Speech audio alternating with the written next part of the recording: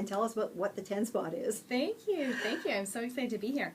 The 10 spot is an anti-spa beauty bar. So we have 14 locations open in Toronto and the GTA, so Hamilton, Oakville, Guelph, and then also one out in Ottawa.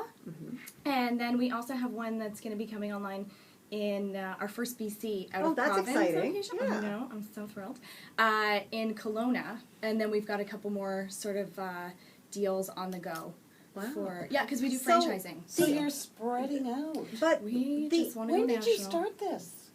I was 24, so it was in 2006 is when I started. So I started just with one store, and just thinking, like, I just want a cute little shop on Queen Street. I'll have my Starbucks every morning, and I'll kind of, like, come in and manage the location. That sounds like a great life. I know, except I realized that I was, like, not so into that, and I was not the best manager. Like, people would come in late, and I'd be like, oh, okay, come in earlier next time.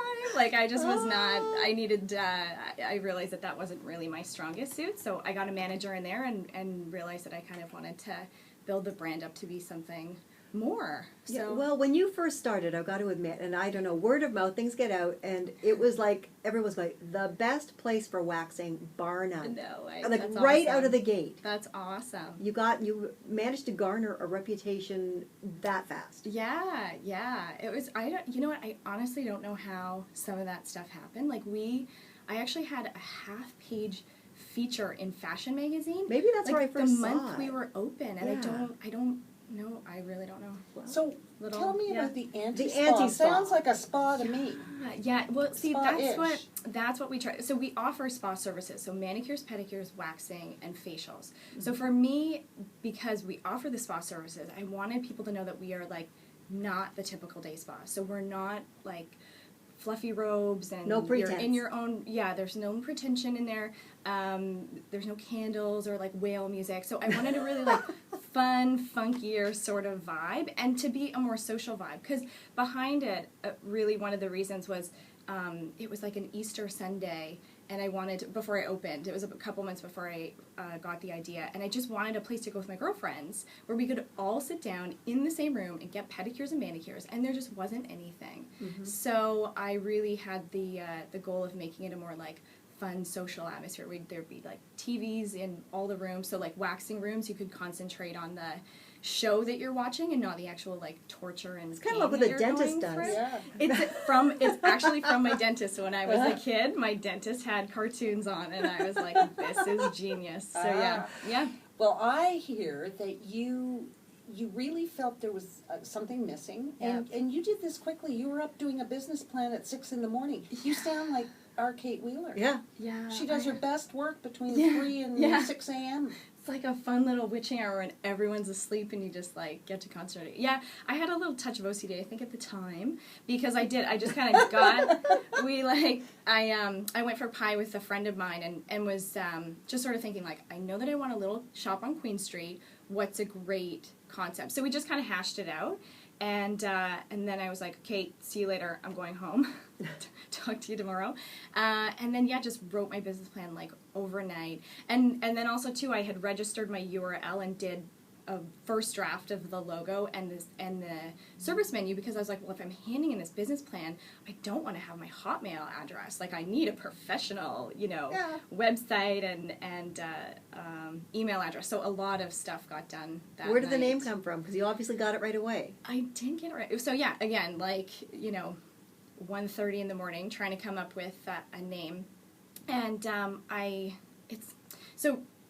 really, we say it's like, 10 fingers, 10 toes, hot spot, that it's in my name. So Kristen is my name is spelled with it. And I was born in October, which is the 10th month. So it's kind of been my, like, lucky number. Yeah. So I was like, hey, it works. Like, all right, write it down. We're done. Moving on.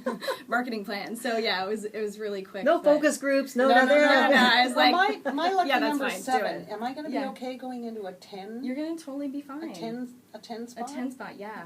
Or do I need to find a 7 spot? No. No. They'll look after you. I'll Okay. do that. Yeah. Okay. Actually, for April Fool's one year, I did a new logo that was the 11 spot, and I was like, oh, everybody, we're changing our name.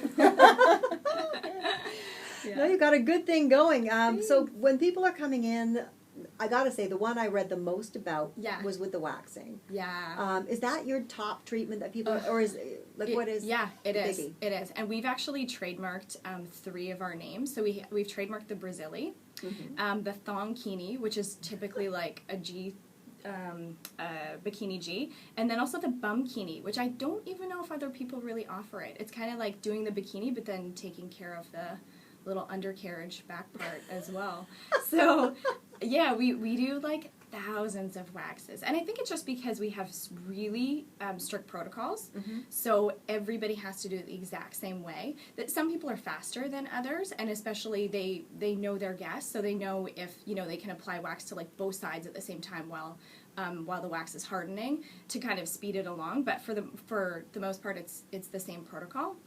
And then we also use 2 different kinds of wax, which is like the key. So we have that soft sort of strip wax that you use with like the little popsicle stick that goes on, and then you take it off with the strip. And then we have the hard wax, which is amazing because it's sensitive, and it just like it goes on, and you kind of put it on as if you're like icing a cake, and then it hardens, and then you take it off.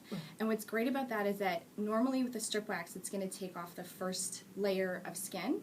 It's usually dead skin, so it doesn't matter. But still, it's sort of like that's, you're ripping out hair, and then you're also taking off that first layer of skin. So the hard wax actually won't do that. It just adheres to the hairs. So it's not as painful, and it's amazing. Is that something that's used normally other places, or?